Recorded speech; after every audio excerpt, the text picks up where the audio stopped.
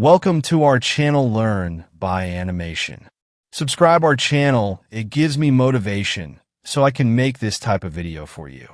The story of how Siddhartha Gautama, later known as the Buddha, diverged from the prevalent religious traditions of his time, including what we now call Hinduism, is both a deeply philosophical and profoundly human tale. It's essential to note that terms like Hinduism and Buddhism, as we know them today, did not exist in the Buddha's era. Instead, there were various schools of thought, practices, and traditions within the broader Vedic culture. The young prince and the world of questions. Once upon a time, in the ancient kingdom of Kapilavastu, a prince named Siddhartha was born under auspicious stars. His father, King Suddhodana, dreamed of a grand destiny for him. The wise sages predicted that the boy would either become a great king or a great spiritual teacher. Determined to keep Siddhartha on the path of kingship, the king shielded him from all suffering. Siddhartha lived in opulence, surrounded by music, beauty, and luxury. He studied the Vedas, learned rituals, and was taught the Dharma of his Kshatriya lineage. Yet, a restlessness grew within him.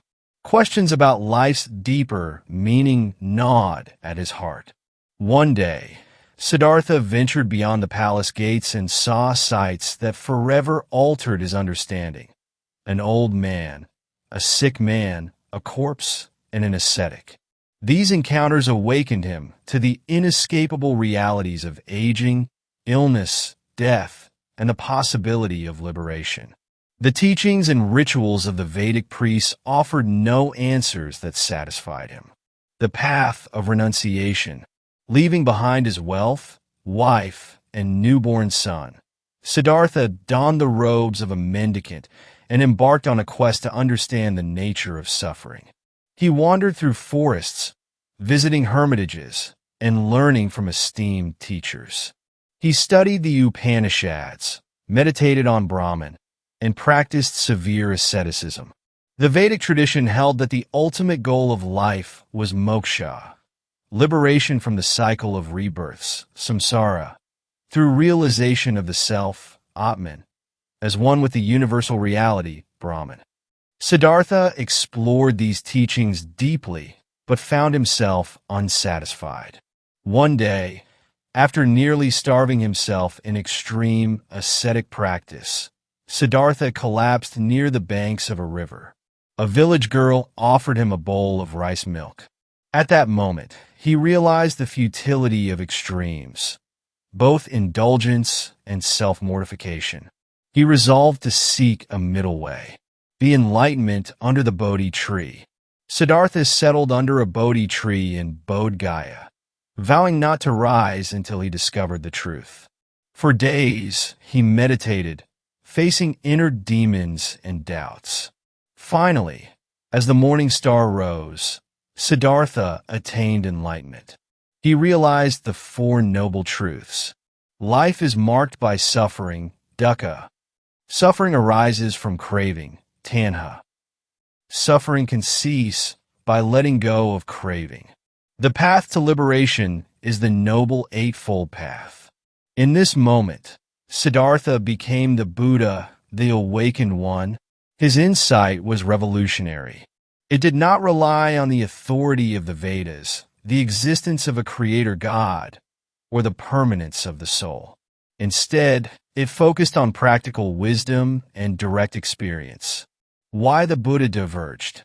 The Buddha did not reject Hinduism as a whole, but departed from specific elements of the Vedic tradition that he found unhelpful or misleading. Here's why. Caste system. The Vedic society was deeply stratified by the caste system. The Buddha challenged this hierarchy, teaching that liberation was accessible to all, regardless of birth. Rituals and sacrifices. The Vedic priests emphasized elaborate rituals and animal sacrifices as a means to please the gods and attain spiritual merit. The Buddha rejected these practices, advocating ethical conduct and meditation instead. Authority of the Vedas.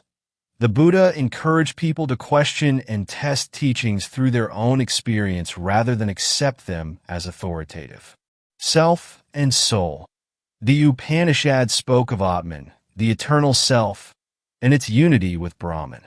The Buddha introduced the concept of anatta, no self, arguing that clinging to the idea of an eternal soul perpetuates suffering. Focus on present experience. While the Vedic tradition often looked to metaphysical speculations, the Buddha emphasized mindfulness and practical tools for alleviating suffering here and now. A new path for the world. After his enlightenment, the Buddha traveled for 45 years, teaching people from all walks of life. He spoke to kings and peasants, merchants and ascetics, challenging societal norms and spiritual dogmas. His teachings offered an alternative to the dominant Vedic orthodoxy and inspired movements across India. Stories spread of how he taught without discrimination, allowing women to join his monastic order and debating with Brahmins on equal footing. His wisdom drew people seeking freedom from suffering, not dogma. The legacy of the Buddha. The Buddha's teachings did not aim to destroy or refute Hinduism, but to provide a new perspective on spiritual life. Over time, Buddhism and Hinduism influenced each other, and elements of both traditions can still be found in South Asian spirituality. Today, the story of the Buddha's life and teachings reminds us that truth is not confined to any one tradition. It encourages us to question, seek, and find our own path to liberation. Part 1. The Palace of Illusions. In the kingdom of Kapilavastu, nestled at the foothills of the Himalayas, Queen Maya had a dream. A radiant white elephant descended from the heavens and entered her side. The sages proclaimed it a divine sign that her child would be a world savior. When Siddhartha was born, under the shade of the blossoming sal tree in Lumbini, the earth shook with joy. Siddhartha's early life was nothing short of enchanting. He was surrounded by palatial gardens, jeweled fountains, and endless festivities. King Suddhodana, determined to keep his son from spiritual inclinations, designed an existence free of sorrow. Suffering, the king declared, shall never touch my son's eyes or heart. As the boy grew, he became skilled in the arts of war, debate, and Vedic rituals. Priests chanted hymns, and teachers taught him the sacred verses of the Rig Veda. But young Siddhartha often looked beyond the palace walls, wondering what lay in the world outside. One day, during a garden ceremony, a swan fell from the sky, wounded by an arrow. Siddhartha cradled the bird in his arms, his gentle touch soothing its fear. But when his cousin Devdatta demanded the swan as his prize, Siddhartha refused. Life belongs to those who cherish it, he declared, a statement that hinted at the compassion that would one day change the world. Part 2. The Foresights. Despite the king's precautions, Siddhartha's destiny could not be contained. One fateful day, as he traveled outside the palace gates, his life changed forever. First, he saw an old man, bent with age and struggling to walk. His charioteer, Channa, explained, "This is the fate of all. None can escape aging." Next, he encountered a sick man, groaning in pain. Channa revealed, "Illness comes to all beings, no matter how great or small." The third sight was a corpse carried to its pyre. Channa said, "Death claims all lives, young and old alike." Finally, Siddhartha saw an ascetic, serene and detached from the world's turmoil. When he asked about the man, Channa replied, "This is a seeker, one who renounces the world to find truth." These four sights shattered Siddhartha's illusions. The comforts of his palace felt hollow in the face of such universal suffering. His heart burned with a question: why must life be filled with such sorrow? And is there a way to end it? Part 3. The Great Renunciation. That night, Siddhartha stood on the balcony of his palace, gazing at the sleeping forms of his wife, Yasodhara, and their newborn son, Rahula. A bittersweet sorrow gripped him. "They bind me with love," he whispered, "but I must leave to seek the truth, for their sake and for all beings." With Channa by his side, Siddhartha rode his horse, Kanthaka, into the forest. At the edge of the woods, he removed his princely ornaments, cut his hair, and donned the robes of a mendicant. Thus began his journey as a seeker. Part 4. The Forest of Questions. Siddhartha wandered through forests and hermitages, seeking answers from the greatest sages of his time. He studied under Ra Kalama, who taught him deep meditative absorption, samadhi. But Siddhartha realized that even the highest states of meditation were temporary. Next, he joined Adraka Ramaputra, a master of non-dual teachings. Adraka taught that liberation came through realizing one's Atman self as one with Brahman, the cosmic essence.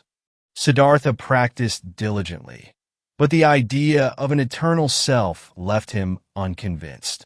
If clinging to the self is the cause of suffering, he thought, how can the self also be its cure?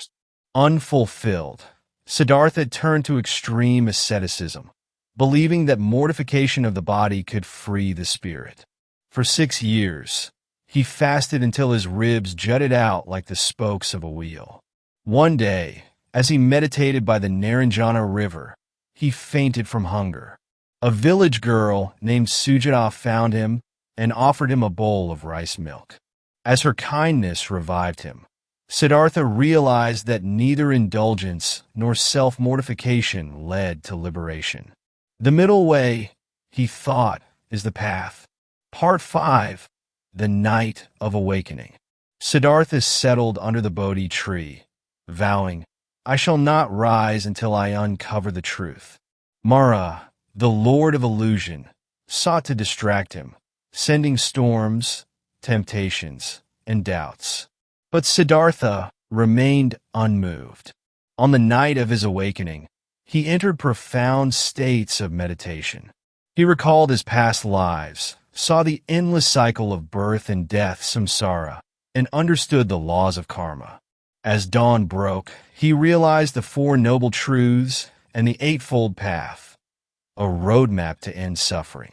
He rose as the Buddha, the awakened one, filled with compassion for all beings. Part 6. Teaching a New Path. The Buddha's teachings were revolutionary. He rejected the caste-based hierarchy of Vedic society, teaching that liberation was available to all, Brahman or untouchable, man or woman. He dismissed the efficacy of rituals and sacrifices, emphasizing ethical conduct, sila, meditation, samadhi, and wisdom, prajna. When asked about the Vedas and the gods, the Buddha remained silent on metaphysical questions. "Do not rely on speculation," he said. "Rely on your own experience and the Dhamma." His concept of anatta, no self, challenged the Upanishadic idea of an eternal soul. Instead, the Buddha taught that clinging to the idea of a permanent self only perpetuates suffering. True freedom lay in understanding the impermanence, anicca, of all things and letting go of attachment. Part 7. The Wheel of Dhamma. For 45 years, the Buddha wandered across the Gangetic Plains, spreading his message. He established a monastic community, Sangha, open to all who wished to follow the path. His first sermon at Sarnath, where he set the wheel of Dhamma in motion, became the cornerstone of his teachings. Part 8. Legacy and Divergence. The Buddha's teachings diverge from the Vedic tradition not as a rejection, but as a reform. While the Vedic priests sought moksha through Brahmanic rituals, the Buddha offered a direct path, free from dogma. Buddhism grew as a distinct tradition, influencing and being influenced by Hinduism over centuries. The Buddha himself became revered as an avatar of Vishnu in later Hindu traditions, a testament to the interconnectedness of these paths.